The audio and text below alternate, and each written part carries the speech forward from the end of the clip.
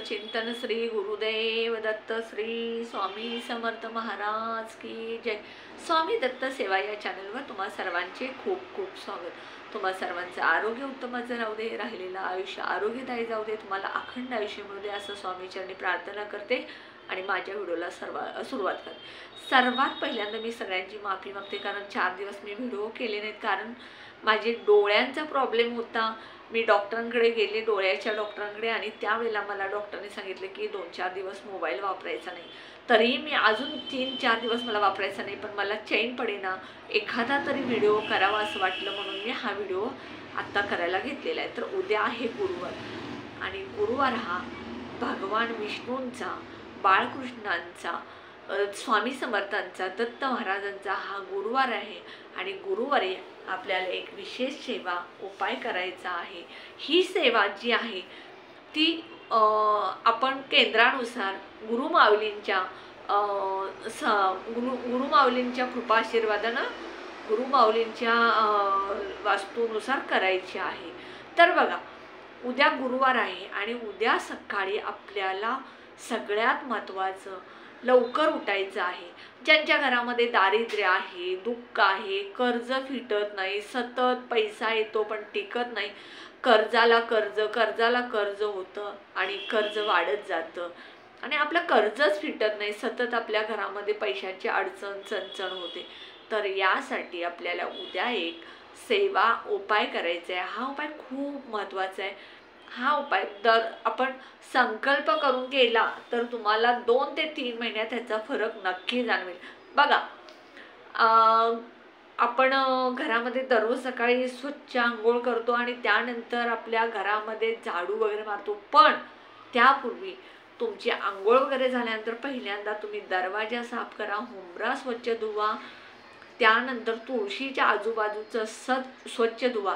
तुमच्या जवळपास जर गाईचं शेण मिळालं तर तुम्ही अवश्य आणा, तुळशीच्या बाजूला तुम्ही गाईच्या शेणाचा सडा मारा, आणि जिथे घर आहे त्या घराच्या बाजूला तुमची जरी लादी असली तरी एवढं छोटंसं शेण गाईचं घ्या आणि थोडंसं असं गोल तुम्ही त्याच्यावरती लिंपण करा, गाईचं उंबऱ्याच्या साईडला फरशीवरती छोटे एवढं, आणि त्यानंतर त्याच्यावरती तुम्ही एक स्वस्तिक हळदीनं काढा, त्या स्वस्तिकवर तुम्ही हळदी कुंकू टाकायचं, स्वस्तिकच्या दोन्ही बाजूला दंड काढायचे, आणि जिथे तुम्ही तुळशीजवळ शेणाचा सडा मारलेला असतो तिथं सुद्धा तुम्ही स्वच्छ थोडंसं सुकल्यानंतर हळदी कुंकूचं स्वस्तिक काढायचं। पहिल्यांदा दंड काढायचे, पहिल्यांदा हळदीचं स्वस्तिक काढायचं आणि नंतर मग कुंकूचं स्वस्तिक काढायचं, त्याच्या बाजूला सुद्धा तुम्हाला दंड करायचे आहेत। म्हणजे बघा, आता हे स्वस्तिक आहे, इथे असे 2 दंड,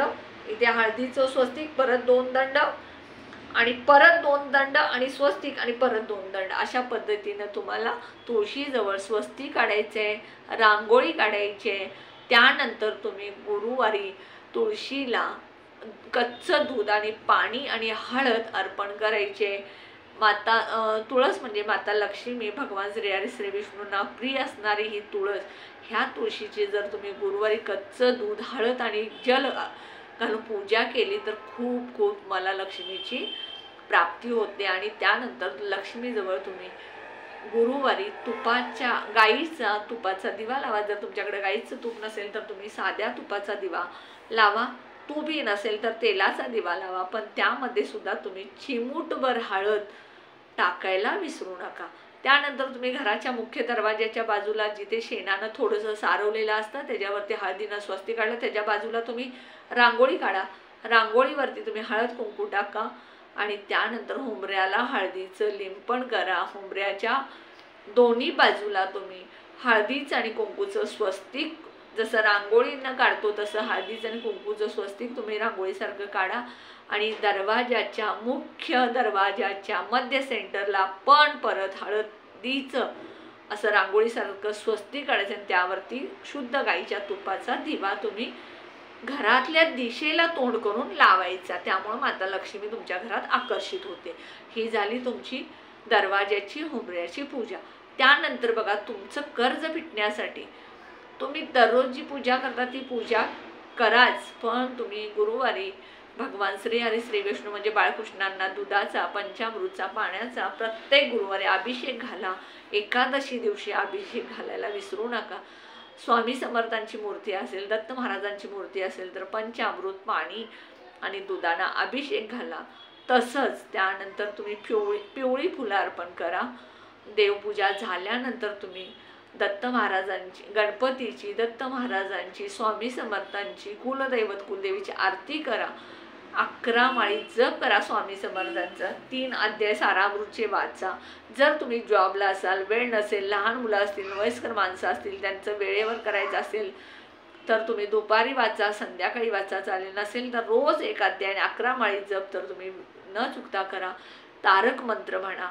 आणि सगळ्यात महत्त्वाचं, कर्ज भेटण्यासाठी दररोज न चुकता 18वा अध्याय गुरुचरित्राचं एक छोटं पुस्तक वेगळं मिळतं. संपूर्ण गुरुचरित्र पुस्तकातलं न वाचता तुम्ही एक छोटं, मला वाटते एक 3 रुपये किंवा 7 रुपयाला असेल, माझ्याकडे आहे पण आता किंमत ॲक्च्युली माझ्या लक्षात नाही आहे. तर ते पुस्तक तुम्ही पुस्तकाच्या भांडारमध्ये किंवा देवपूजे साहित्य मिळतं तिथं मिळतं. केंद्रामध्ये गेला तर तिथं मिळतं. तुम्ही तीर्थस्थानी गेला तर तिथं मिळतं. तिथून आणा आणि हे उद्या संकल्प करा, माझं एवढं कर्ज आहे आणि हे कर्ज माझं दत्त महाराज, स्वामी समर्थ महाराज लवकरात लवकर तुम्ही कमी करा आणि माझं सगळं कर्ज फिटून माझं आरोग्य चांगलं, म्हणजे माझं संसार सुखाचा चालू दे, माझ्या घरात सुख शांती लक्ष्मी येऊ द्या असं म्हणा. आणि संकल्प करून उद्यापासून दररोज तुम्ही वाचायला सुरू करा. 2 ते 3 महिन्यात तुम्हाला हे संकल्प करून जर तुम्ही वाचलं तर तुम्हाला म्हणजे मांसाहार खाता येणार नाही, हे तुम्हाला पाळायचं आहे.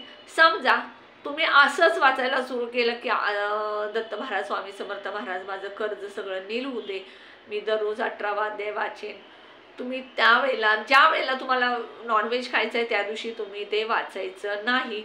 वाचून झाल्यावर पण खायचं नाही आणि खाऊन झाल्यावर पण वाचायचं नाही. त्या दिवशी तुम्ही गुरुचरित्राचं 18वा अध्याय बिलकुल वाचायचं नाही. हे दररोज तुम्ही वाचा. त्यानंतर तुम्ही 21 दिवसाचा संकल्प करा, 11 दिवसाचा करा, 51 दिवसाचा करा. शक्य होईल तेवढ्या दिवसाचा संकल्प करून तुम्ही हे गुरुचरित्राचा 18वा अध्याय वाचायला सुरू केल्यानंतर तुमचं कर्ज 3 महिन्यात कंप्लीट फिटणार. कारण तुम्हाला त्याचे मार्ग मिळतील. तुमचं कर्ज तर काय कोणी दत्त महाराज बसून फेडायला येणार नाहीत किंवा स्वामी समर्थ महाराज फेडायला येणार नाहीत. फक्त तुम्हाला मार्ग दाखवतील कशातून तुमचं कर्ज फिटेल, कुठला मार्ग केल्यावर तुमचं कर्ज फिटेल हे तुम्हाला मार्ग मिळतील. तर हा उपाय तुम्ही उद्यापासून, गुरुवारपासून करायला सुरू करा. बघा तुमच्या आयुष्यात सुख आणि समाधान येईल, लक्ष्मी प्राप्ती होईल, तुमचं कर्ज फिटेल आणि तुमचा संसार सुखाचा होईल. मी सगळ्यांसाठी स्वामी समर्थांच्या समोर एवढी प्रार्थना करते की स्वामी समर्थ महाराज सगळ्यांना तू सुखी ठेव, सगळ्यांचं आयुष्य आनंदानं आणि सुखानं समाधानानं ठेव. कोणाच्याही माती कर्ज करू नकासा महाराज. सगळ्यांचं आयुष्य न कर्जाचं, खाऊन पिऊन समाधानी, लक्ष्मी प्राप्तीचं जाऊ दे. आरोग्य सगळ्यांचं उत्तम ठेवा असं मी स्वामीचरणी प्रार्थना करते. माझ्या व्हिडिओला जास्तीत जास्त लाईक करा, व्हिडिओ जास्तीत शेअर करा, बेल आयकॉनची घंटी दाबा, ऑल बटनला क्लिक करा. माझे छोटे छोटे व्हिडिओ उपाय तुम्हाला बघायला मिळतील. आणि त्यानंतर माझ्या व्हिडिओला जास्तीत जास्त सबस्क्राईब करा.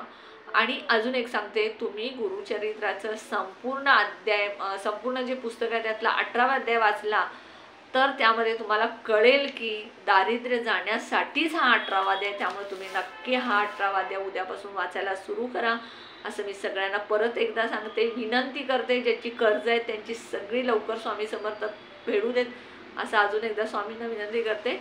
श्री स्वामी समर्थ.